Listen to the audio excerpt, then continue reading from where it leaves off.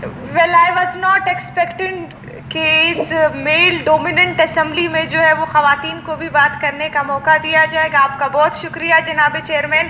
ہم تقریباً 1.5 گھنٹے سے انتظار میں ہیں کہ ہم اپنی بات سامنے رکھیں، لیکن مرد جو حضرات ہیں وہ ہمیں بات کرنے نہیں دیتے ہیں. سب سے پہلے تو میں اسلام آباد میں بلوچ قوم پرست رہنما اور ایک قوم پرست پارٹی کے سربراہ اور ان کے کارکنوں کے خلاف FIR درج کرنے کی بھرپور الفاظ میں مذمت کرتی ہوں. اس میں کوئی دو رائے نہیں کہ ایسے منفی اوچھیت کنڈوں سے سیاسی کارکنوں کی سیاسی جمہوری اور وطنی جدوجہد وہ دبائی نہیں جا سکتی، بلکہ یہ ریاستی بوکھلاہٹ کا ایک ثبوت ہے.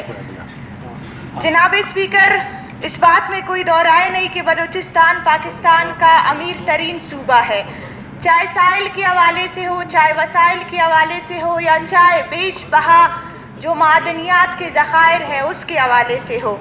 لیکن افسوس کے ساتھ کہنا پڑتا ہے کہ گزشتہ 77 سالوں سے ان وسائل پر حق اور ان وسائل کی تقسیم کے حوالے سے بلوچستان اور بلوچستان کے عوام کے ساتھ ایک تاریخی ناانصافی کی گئی ہے، اور اس کی سب سے بڑی مثال اور دلیل سوئی گیس ہے. جناب اسپیکر، 1952 میں ڈیرہ بگٹی سوئی کے مقام سے گیس دریافت ہوتی ہے اور اس کی ترسیل 1954 کو ملک بھر میں ہوتی ہے، لیکن بلوچستان میں نہیں ہوتی. اسی کے ساتھ ساتھ 1952 سے لے کر 1969 تک Sui was the only field supplying gas to the Pakistan, اور پھر 80s میں بلوچستان کے ایک مخصوص علاقے یعنی کوئٹہ کو گیس کی جو فراہمی ہے وہ کی گئی.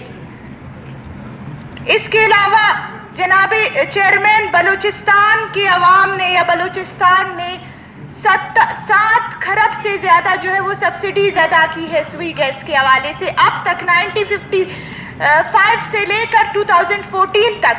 لیکن بہت افسوس کے ساتھ کہنا پڑتا ہے کہ ان تمام تر اقدامات کے باوجود آج بھی بلوچستان کے عوام، آج بھی ڈیرہ بگٹی کی خواتین میلوں دور سے لکڑیاں سروں پر لاد کر وہ لکڑیاں جلانے پر مجبور ہے، اور وہی سوئی سے جو گیس نکل رہی ہے وہ لوگوں کے گھروں کے سامنے سے گزار کر اسلام آباد کو فراہم کی جا رہی ہے. جناب اسپیکر، ہم نے ہمیشہ ایک دوستانہ تعلق قائم رکھنے کی کوشش کی، لیکن افسوس کے ساتھ کہنا پڑتا ہے کہ اسلام آباد میں بیٹھے استحصالی قوتوں نے ہمیشہ بلوچستان کو مسخ شدہ لاشیں دی، آنسو دیے، محرومی دی، اور اس بات میں کوئی دو رائے نہیں کہ اسلام آباد کی ترقی کا راستہ ہی بلوچستان سے نکلتا ہے.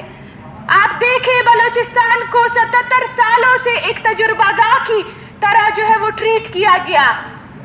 آپ چاغی میں جائے دیکھیں، ایٹمی دھماکہ کیا گیا، پاکستان کی ترقی کے لیے کیا گیا، لیکن آج بھی چاغی کی سرزمین جو ہے وہ زرخیز نہیں ہو سکی. آج بھی وہاں پر جو ہے وہ کینسر زدہ بیماریوں سے جو ہے وہ لوگ اس میں مبتلا ہے. گوادر کی آپ مثال لیں، گوادر انٹرنیشنلی توجہ کا مرکز بن چکا ہے، لیکن افسوس کے ساتھ کہنا پڑتا ہے جناب چیئرمین، آج بھی گوادر کے عوام جو ہے وہ پینے کے پانی سے محروم ہے. سیندک کی مثال لیں آپ، ریکارڈک کی مثال لیں آپ. ہم نے ہمیشہ جو ہے نا تعلقات اچھے رکھنے کی کوشش کی، لیکن ہمیشہ بدلے میں ہمیں استحصال ملا. جناب اسپیکر، ایک ریاست 2 دستور کا جو فارمولا ہے میں سمجھتی ہوں اس سے بلوچستان میں کبھی ترقی نہیں آئے گی. اس سے وہ جو گیپ ہے نوجوانوں کے بیچ اور ریاست کے بیچ، عوام کے بیچ اور ریاست کے بیچ، یہ گیپ مزید بڑھتا جائے گا. آج جن محرومیوں سے ہم گزر رہے ہیں، پھر بھی سوال کیا جاتا ہے کہ بلوچستان کے نوجوان مایوس کیوں ہے. پھر بھی یہ سوال کیا جاتا ہے کہ بلوچستان کے عوام جو ہے وہ ریاست سے بیگانگی کا شکار کیوں ہے. یہ وہ وجوہات ہے، یہ وہ استحصالی نظام ہے، یہ وہ ظلم ہے جس کی وجہ سے جو ہے وہ جناب چیئرمین بلوچستان کی عوام ریاست سے دوری اختیار کرنے پر مجبور ہے.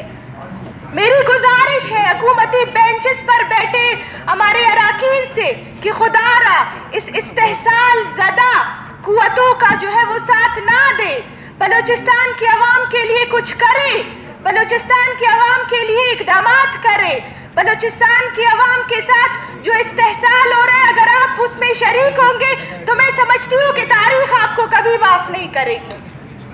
اور جناب اسپیکر, آخر میں یہی گزارش کرنا چاہتی ہوں کہ کوئٹہ میں سلیٹ سیزن آ رہا ہے, یہاں جو ٹیمپریچر ہے وہ -10-15 سے بھی زیادہ نیچے گر جاتا ہے, تو میری گزارش ہے کہ اس بابت میں جو ہے اسمبلی ایک مشترکہ قرارداد پاس کر کے اس کو وفاقی حکومت اور اوگرا کو تحقیقات کے لیے بھیجے, اور بلوچستان اسمبلی خود ایک تحقیقاتی کمیشن بنائے اس حوالے سے, تاکہ سردیوں کے موسم میں ایٹ لیسٹ کوئٹہ کے عوام کو گیس کی فراہمی ہو. بہت شکریہ.